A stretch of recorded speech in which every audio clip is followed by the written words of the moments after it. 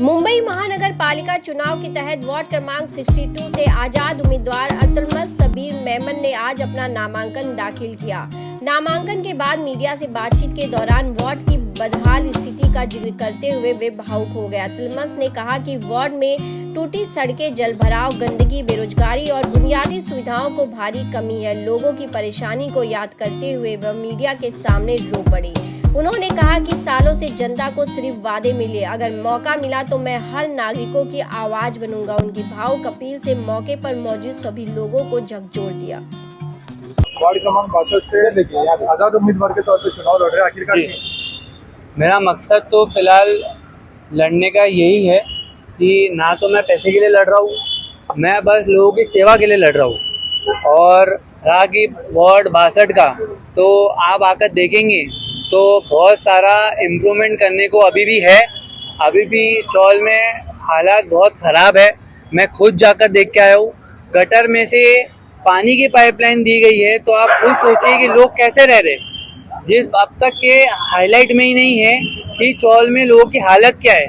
खाली वार्ड 62 में जो बड़ी बड़ी जो अच्छी जगह है आप सब उसे देख रहे हैं, बाकी चौल को तो आप देख ही नहीं रहे। तो मेन मकसद मेरा चौल को बदलना है और वहाँ पे डेवलपमेंट लाना है और रीडेवलपमेंट लाके वहाँ पे उसको अच्छे से सब सफाई करवानी है। आपने ऐसे क्या सेवा की है लोगों के लिए? सिर्फ अभी नहीं, चुनाव में आने से पहले भी हम सेवा करते आ रहे हैं और बहुत टाइम तक मैं, मेरे फादर शब्बीर मेमन और मेरे चाचा फवाद मेमन, हम लोग मेमन और मेरे दूसरे चाचा शोएब मेमन, हम लोग मेमन चैरिटेबल फोरम के ज़रिए से बहुत सारे मदद लोग करते आए हैं और हमेशा करते रहेंगे। चुनाव तो अभी की बात है, चुनाव के पहले भी हम मदद करते थे, चुनाव के बाद भी हम मदद करेंगे। हार जीत तो अल्लाह की मर्जी है, बाकी इंशाल्लाह हमारी तो यही उम्मीद रहेगी कि हम जीते और लोगों की मदद करें। के मुद्दे तो यही है कि लोगों को उनका हक नहीं मिला।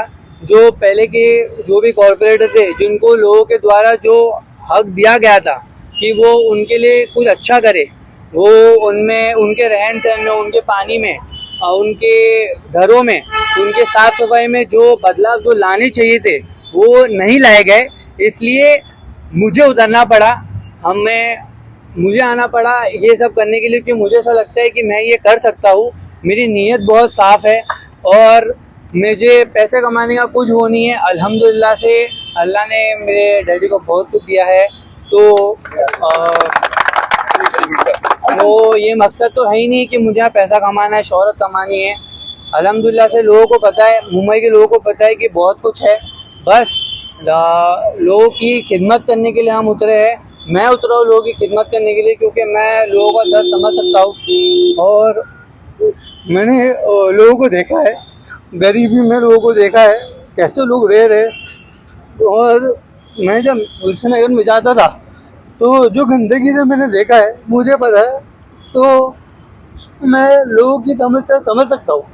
तो मैं बस इतना ही कहना चाहूँगा कि मुझे मौका देके देखो, बदलाव आएगा इंशाल्लाह, बदलाव आएगा।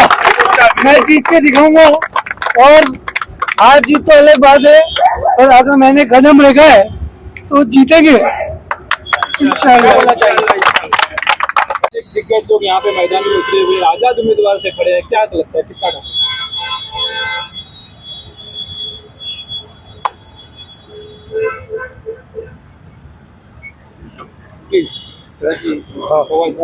बोलो देखो, पहले बड़े भाई शब्बीर भाई उतरे, उसके बाद मैं उतरा हूँ फवाद मेमन, अब उसके बाद भतीजा उतर रहा है। यानी सबके बाप और बेटे लड़ रहे हैं। यहाँ पे बाप, बेटा और चाचा, यानी चाचा, भतीजा और बाप तीनों मेहनत करेंगे।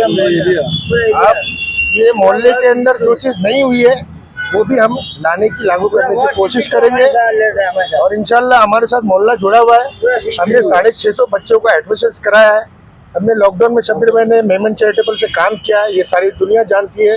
और मैं इतना ही बोलूँगा कि हमारा जो भी काम किया जाए। आपके वार्ड के लोगों के लिए क्या करें? मैं वार्ड के लिए माध्यम से, आपके न्यूज़ के माध्यम से एक ही चीज़ कहना चाहता हूँ कि ये बच्चा अभी यंग है, यूथ है। हमने जो किया है पास्ट है, प्रेजेंट में हमने इसको लॉन्च किया है। अब ये इसके ऊपर अमल करे और ये लोगों की मदद करे, इसके पीछे हम है। ये जो चाहता है वो हम करेंगे और इसका रिजल्ट इंशाल्लाह आपको जनवरी तक का आपको दिखेगा।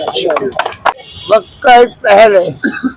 हम लोग ने हमारी जिंदगी जिस तरीके से जिया है, हमारी जो पीढ़ी ने वो दर्द नहीं सहा है, लेकिन जब मेरे बेटे को मैंने ये दर्द महसूस करने के लिए फील्ड में उतारा तो ये दर्द आंसू के बहाने पे आया, क्योंकि ये दर्द है ना हम कई सालों से सह रहे, लेकिन इसके लिए ना कोई इलाज नहीं है, क्योंकि ना हम एक जगह पे नहीं आते हैं, एक सोच में नहीं आते। हमारी सोच कभी एक नहीं होती है। हम कभी भी ये सोचते हैं कि इसका ये करेगा तो इसका क्या फायदा है और ये क्यों कर रहा है, हम ऐसा लेकिन जिस दिन हमने ये सोचा ना कि हमको यहाँ पे कुछ बदलाव चाहिए और हमारे को बदलाव लाने के लिए कोई एक नया नुमाइंदा चाहिए, नई उम्र का, नई उमंग का, नई तरंग का, तो एक मौका देके देखिए।